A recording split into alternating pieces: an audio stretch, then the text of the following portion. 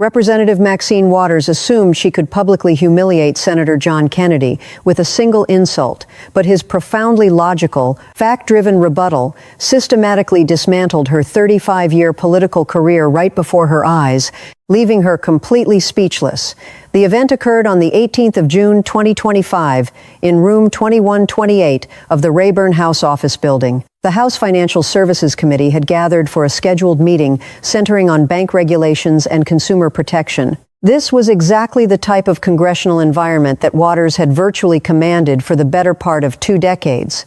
It served as her domain, her exclusive committee, and her stage to direct. Furthermore, the witness she called from the Senate, Louisiana's Senator John Neely Kennedy, was someone she viewed as a mere joke rather than a serious political adversary. Taking her position as the ranking member, Waters exhibited the palpable demeanor of a politician who had wielded absolute authority in that room since before numerous young staffers had even begun their legal studies.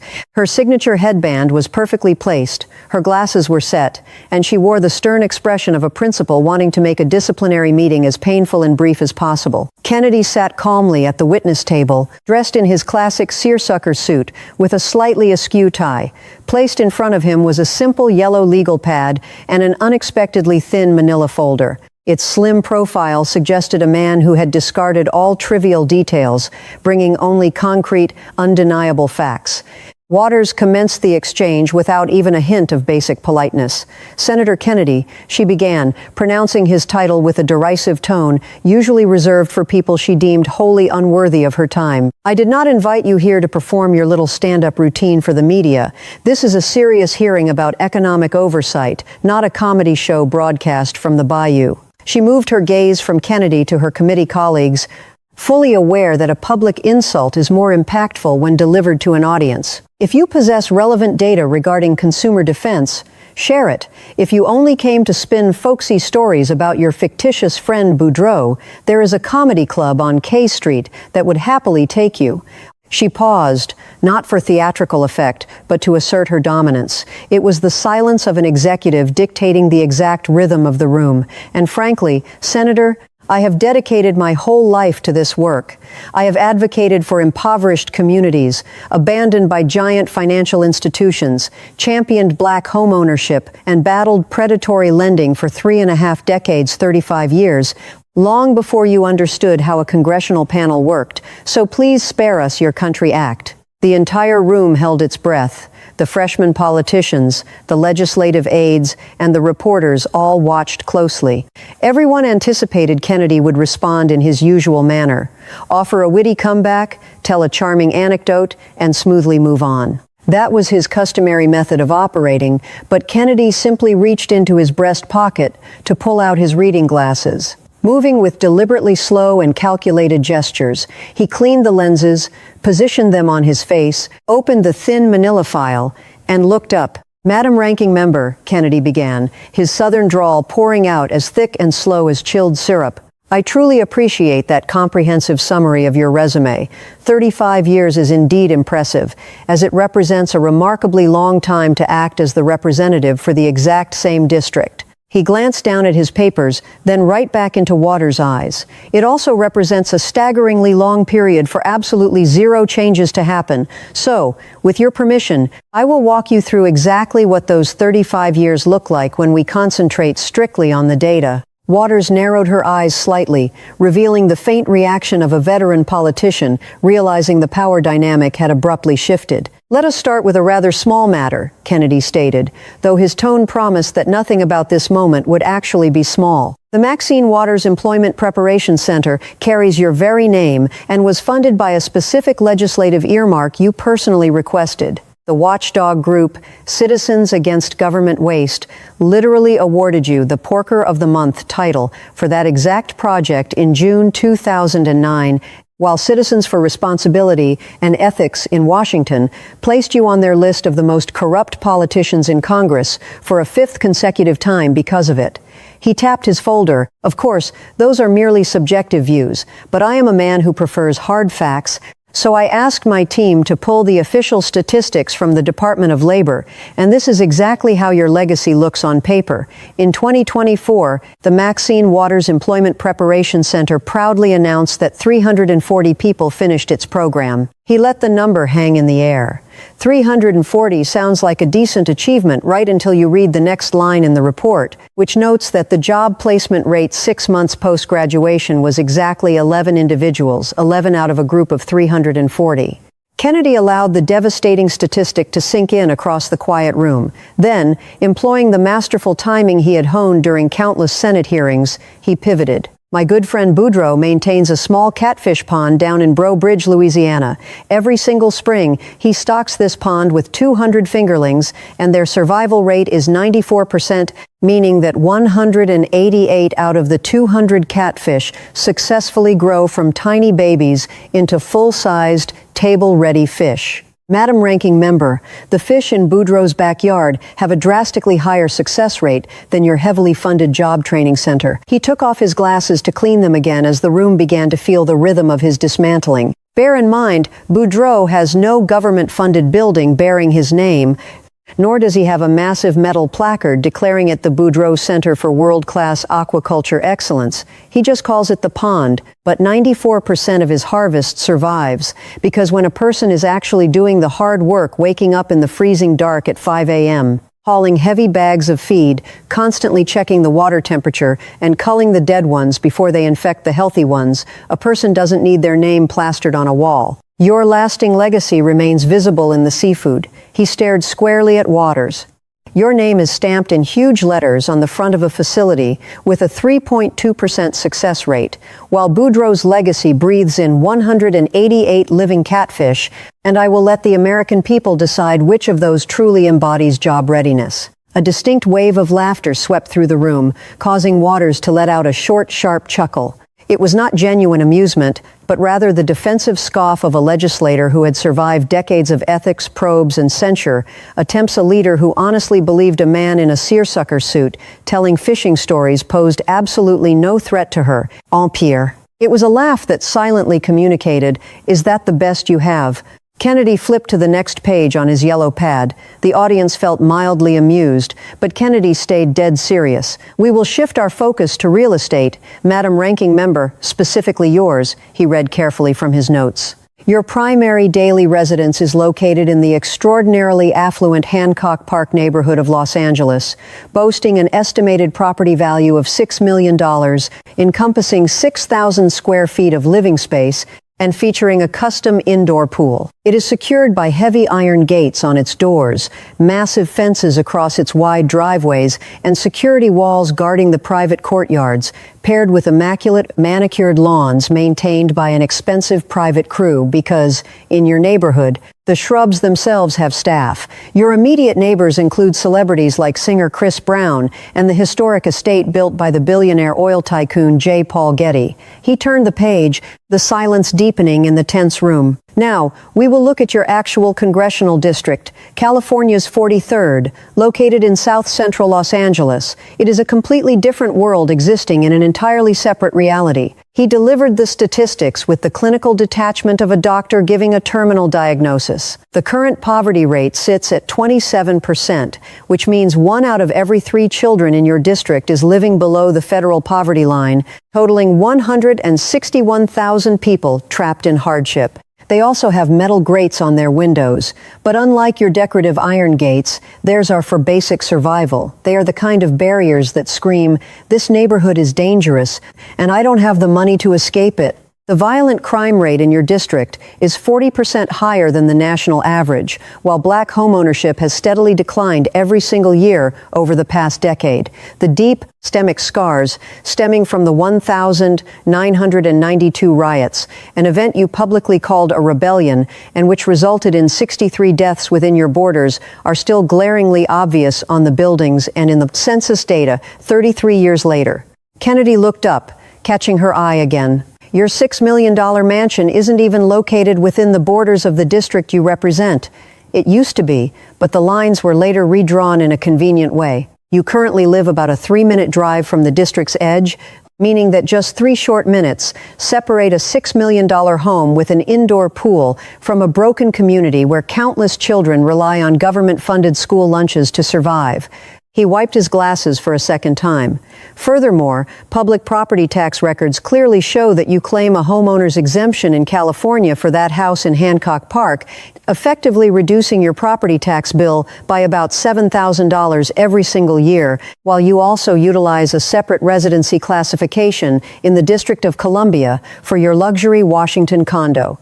That means 2 different homes with 2 different tax benefits across 2 different jurisdictions. Senator Schiff is currently facing a serious investigation over this exact dual residency tax arrangement, and I do not bring this up to compare you to Senator Schiff, but rather because the pattern of elite political privilege is becoming painfully obvious. Kennedy placed the paper flat on the table. My friend Boudreaux lives in Breaux Bridge, Louisiana, where the total population hovers around 8,000 people. His modest house is exactly 200 steps away from his catfish pond, and he knows the exact, precise number because he counts those steps himself every single morning. He walks out the back screen door, goes down the dirt path, right past the old pecan tree, beyond the tool shed, and straight to the water's edge, 200 steps. He feeds the fish, diligently checks the water levels, removes the dead ones, and then he walks 200 steps straight back to his house.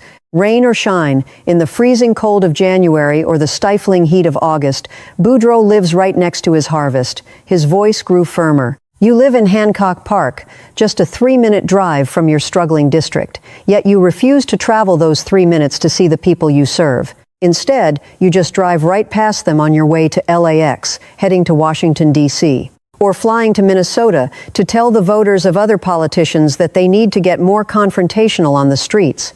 Boudreaux walks 200 steps every single morning to make sure his fish are fed, while you refuse to walk 200 steps to look at the people who keep electing you back into office. The light laughter that had earlier filled the room was completely gone, replaced by a dense, suffocating silence. Waters' demeanor had drastically shifted. Her defensive smile vanished, replaced by tightly pursed lips. Her hand instinctively reached out and rested on her wooden gavel without actually picking it up, just touching it. It was the reflexive action of a powerful person wanting to use her authority to crush a threat, while being acutely aware that banging the gavel then would look like a panicked surrender. Madam Ranking Member, we will move on and discuss your daughter, Karen. Waters' jaw instantly tightened. In political theater, bringing up family members means all rules of decorum are gone, and she knew exactly what was coming. According to federal records, dating back to 2003, your official campaign committee, Citizens for Waters, has paid your daughter Karen Waters and her consulting firm, Progressive Connections, an astonishing $1.2 million, billed as fees for slate mailer management. That includes $192,000 during the 2021 to 2022 election cycle alone, and the Federal Election Commission literally fined your campaign $68,000 recently for blatant violations tied to this exact arrangement. He turned another page. However, I am a naturally curious man, and I wanted to see exactly what $1.2 million in consulting fees actually buys for a campaign, so I instructed my investigative team to pull the physical, actual printed materials. Here is exactly what they found. The mailer that your daughter's highly paid firm designed and printed in 2019 and the mailer they printed in 2023 are completely identical. They use the same layout, the same font, the same border graphics, the same text, and the same endorsement structure. The only conceivable difference, the single change made over a 4-year period that cost your donors $88,000 in consulting fees, is that 3 specific candidate names were swapped out. Literally everything else was just copied and pasted. He looked directly at Waters with a completely unyielding stare. $88,000 just to open a computer file and type in 3 new names. My friend Boudreaux's teenage son does that exact level of computer work in 15 minutes, and Boudreaux pays him $50 a week, not $88,000. Kennedy picked up his pen and quickly scribbled a calculation on his yellow pad. $1 million $213,000 divided by $38,000 equals 31.6. He held up the yellow pad so the cameras could capture the simple math. The average, hard-working citizen living in your 43rd district earns an annual salary of $38,000 a year, while your daughter has raked in $1,213,000 through simple campaign payouts. That equals 31.6 years of your constituents' total wages, 31 straight years of waking up early, fighting terrible traffic, clocking in and clocking out just to earn what your daughter was handed for mailing duplicated papers. He placed the pad back on the desk.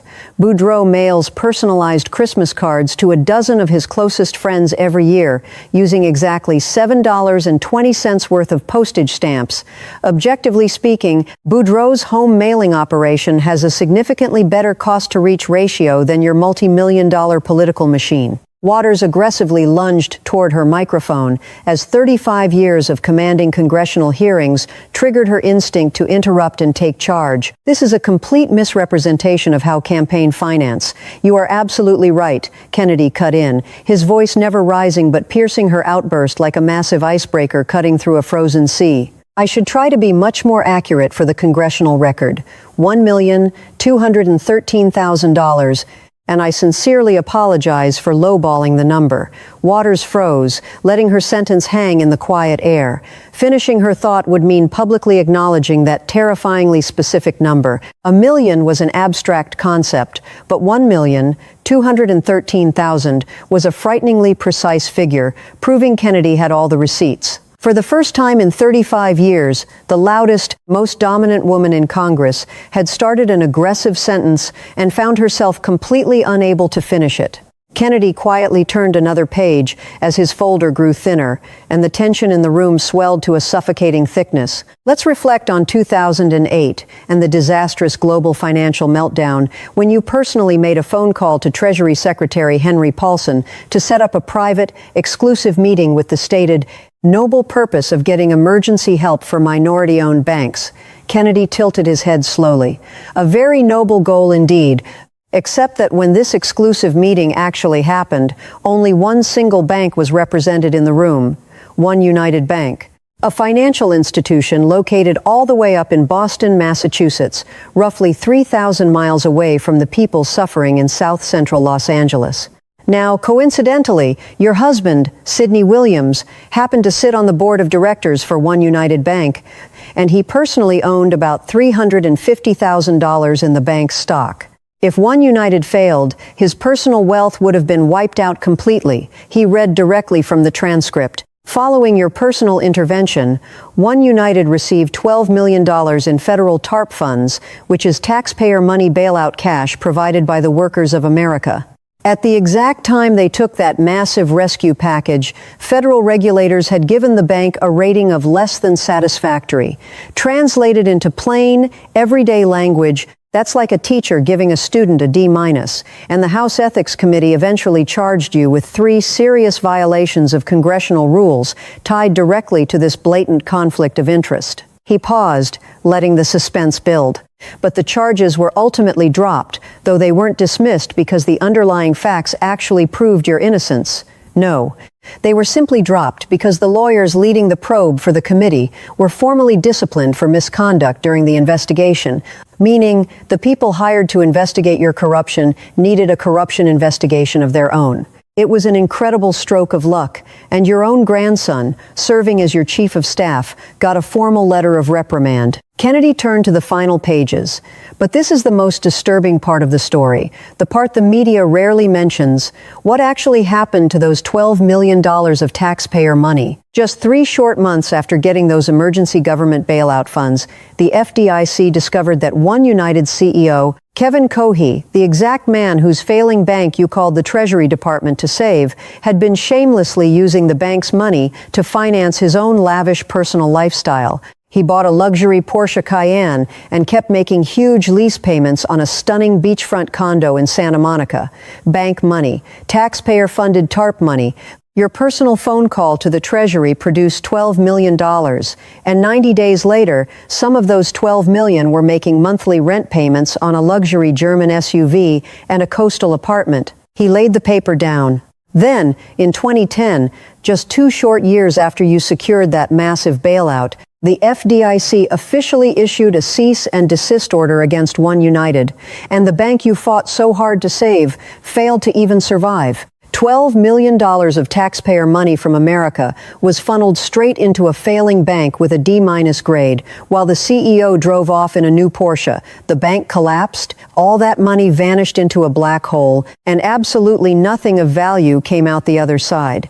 Down in Louisiana, Boudreaux calls that a leaking pond, but up here in Washington, I call it $12 million that mysteriously vanished into thin air, with the only people who seemingly benefited being the corrupt CEO in his luxury car and your husband protecting his shielded stock portfolio.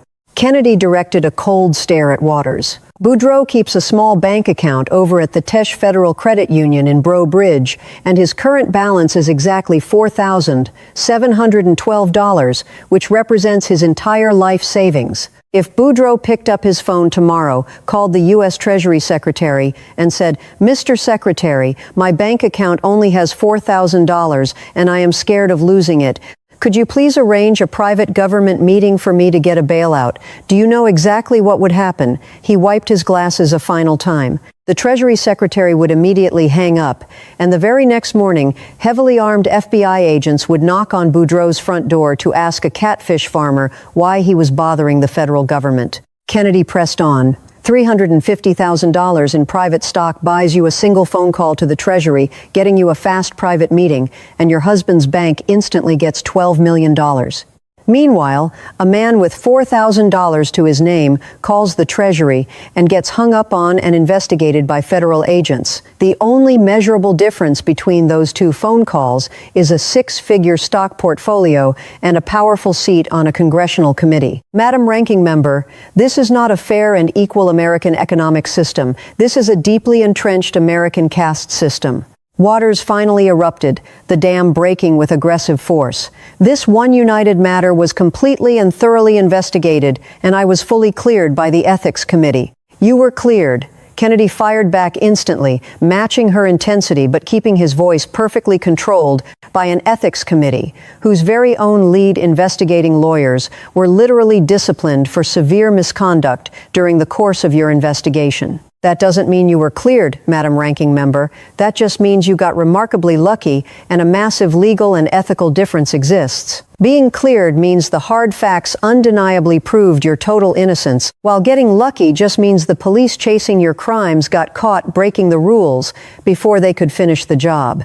Waters violently slammed her hand down on the large wooden desk. The sharp crack echoed through room 2128 like a gunshot. It was the desperate physical reaction of a politician who had completely run out of verbal ammunition and was resorting to raw physical force. "Reclaiming my time," she bellowed, deploying her famous signature catchphrase. These were the exact 3 words that had been turned into viral internet memes, printed on campaign merchandise, remixed into dance songs, and cemented as a defining cultural moment of her career.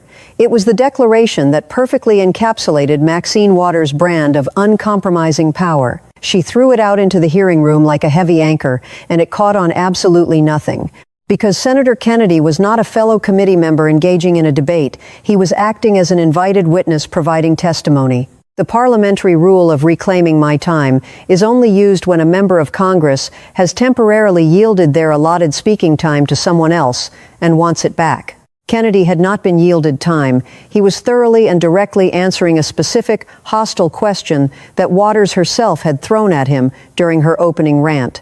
He was supplying the exact relevant data she had mockingly demanded. Legally and procedurally, she had absolutely zero time to reclaim. The lead committee counsel, a seasoned staffer who had carefully guided chaotic hearings for over a decade without ever getting a shred of joy out of publicly correcting a powerful ranking member, slowly leaned toward his microphone. "Madam Ranking Member," he stated calmly, his voice echoing in the dead silence. "The witness is currently responding to your previous line of questioning, and according to committee rules, the time currently belongs to the witness." Waters knew he was completely right, and the rest of the committee knew he was right. Moreover, the packed audience knew he was right. For the very first time in Maxine Waters' highly televised 35-year career in Washington, her ultimate weapon was completely neutralized.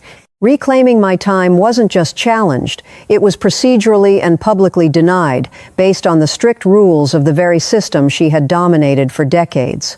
A soft wave of laughter rippled through the gallery, but this wasn't the fond, folksy amusement that had followed Kennedy's Boudreaux stories. This was an entirely different and vastly more damaging reaction. It was the mocking laughter of an audience watching a political giant's favorite weapon utterly misfire in her own hands. Maxine Waters had spent her life receiving shared laughter, and she had never, ever been the target of directed laughter.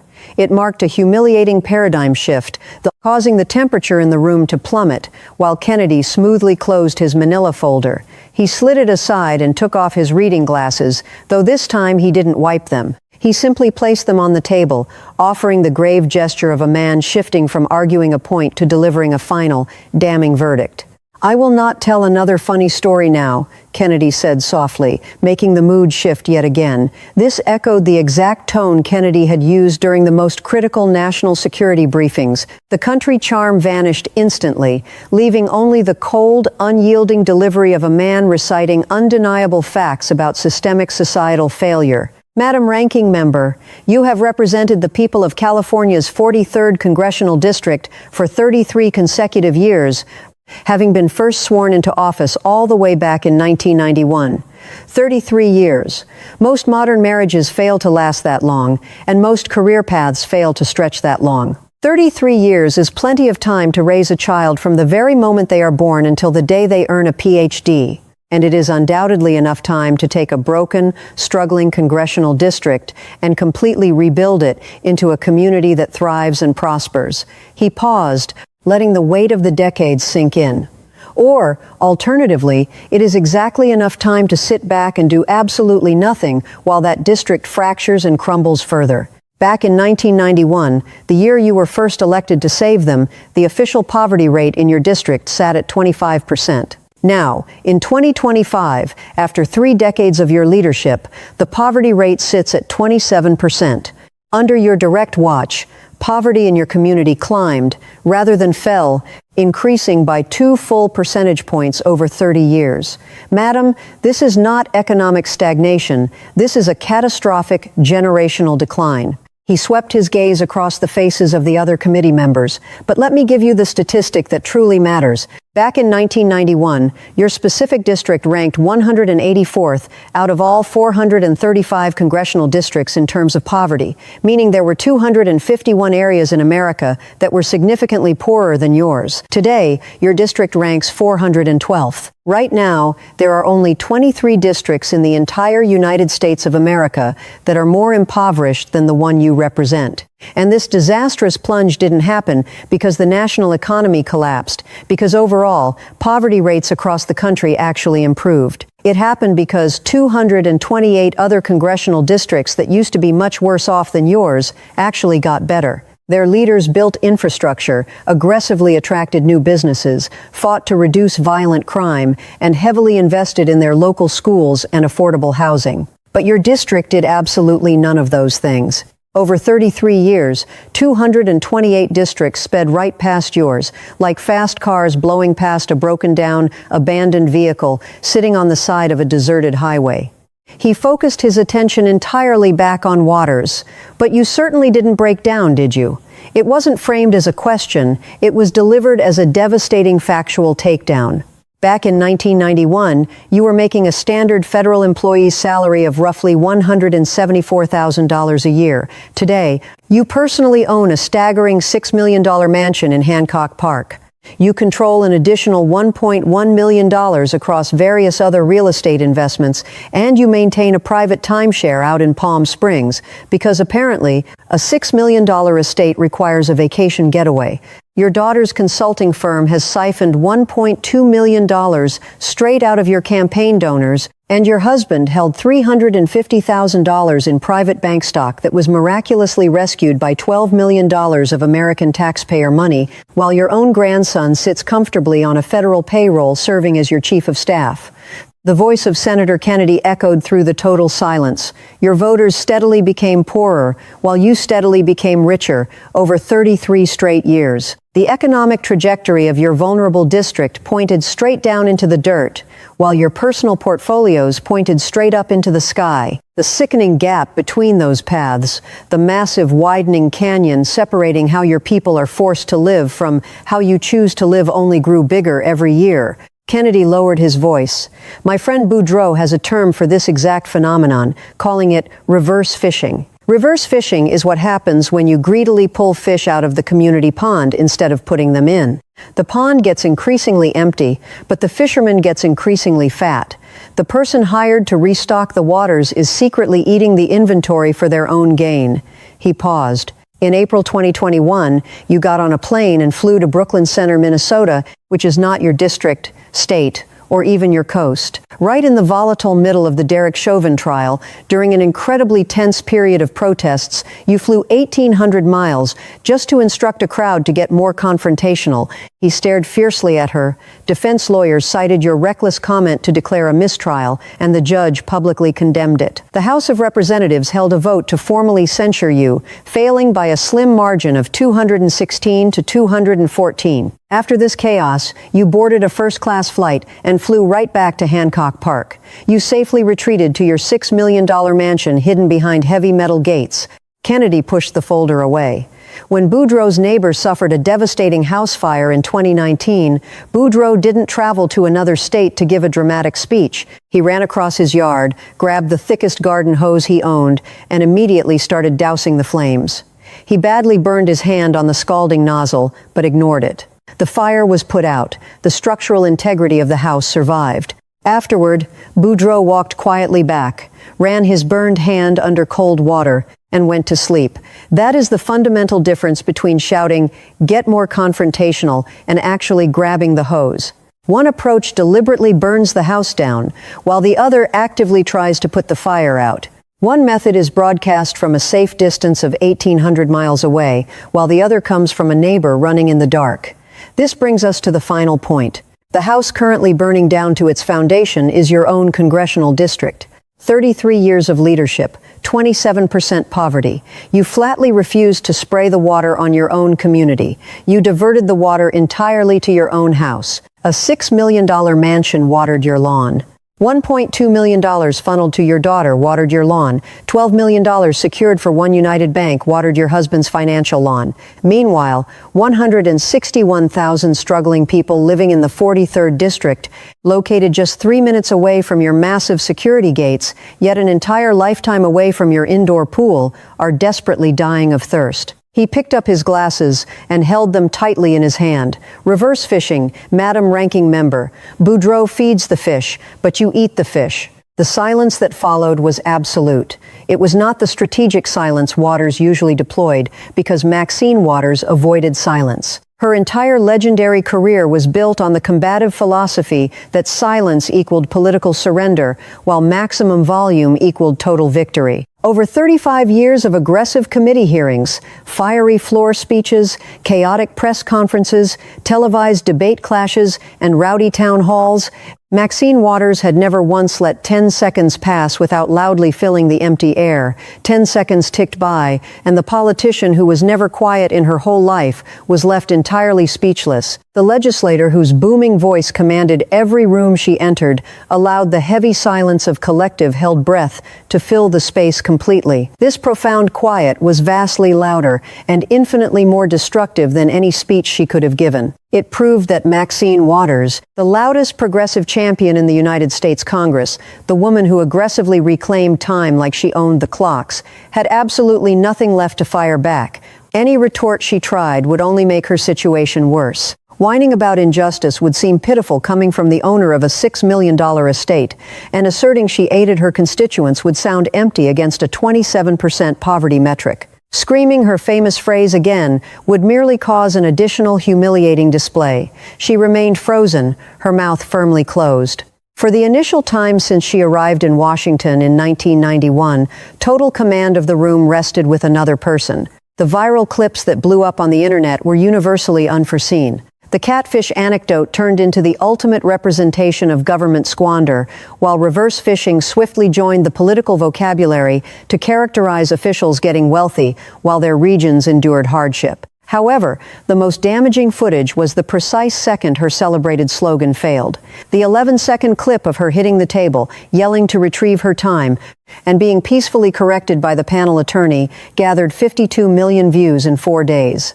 It demonstrated to the public her unbreakable shield cracking. Her battle cry turned into a cruel joke, generating car decals and a huge online movement ridiculing her absence of procedural ground. The devastating reverse fishing analogy did not merely trend on social media, it catalyzed a cascade of unprecedented and severe repercussions that rippled through the political establishment. This simple, evocative comparison of a leader draining the communal waters to gorge themselves, while the public starved, struck a profound chord with an increasingly disillusioned electorate, transforming overnight from a clever rhetorical device into a devastatingly precise indictment of entrenched corruption and elite impunity.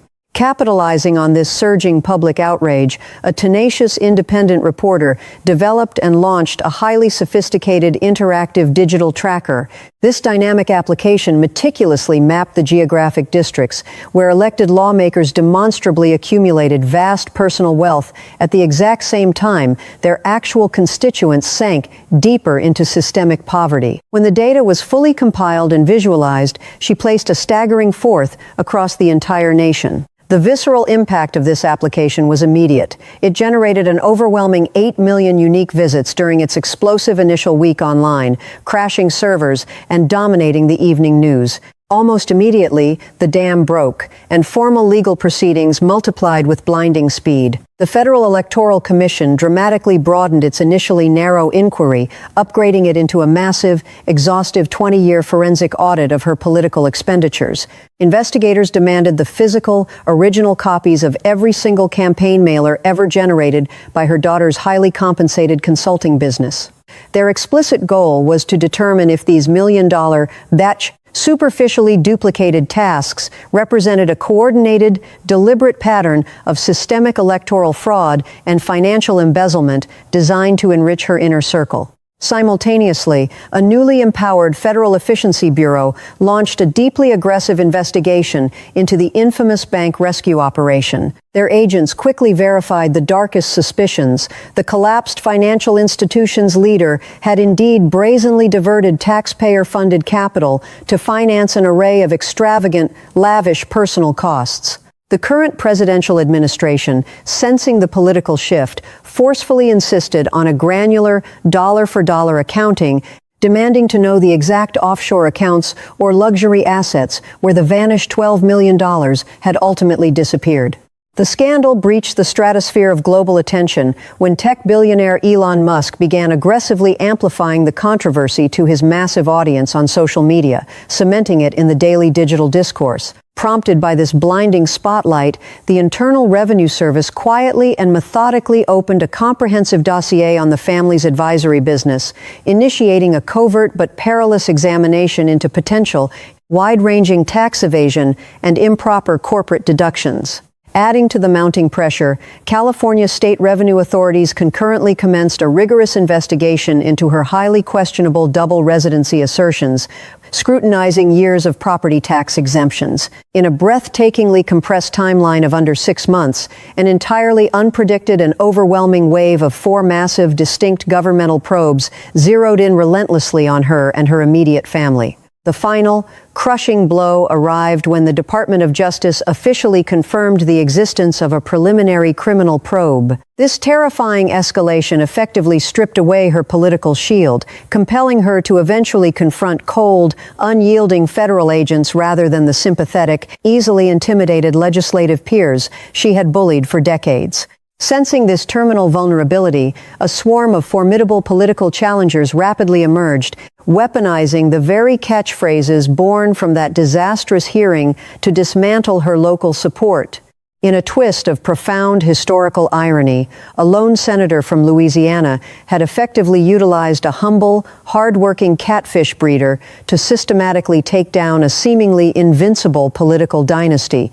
The success of the several ongoing, high-stakes probes now hinges entirely on an awakened American populace, firmly declining to overlook the sins of the past. The communal basin is utterly empty. The privileged angler dined lavishly for decades, and down in the bayou, Boudreaux simply continues observing it all.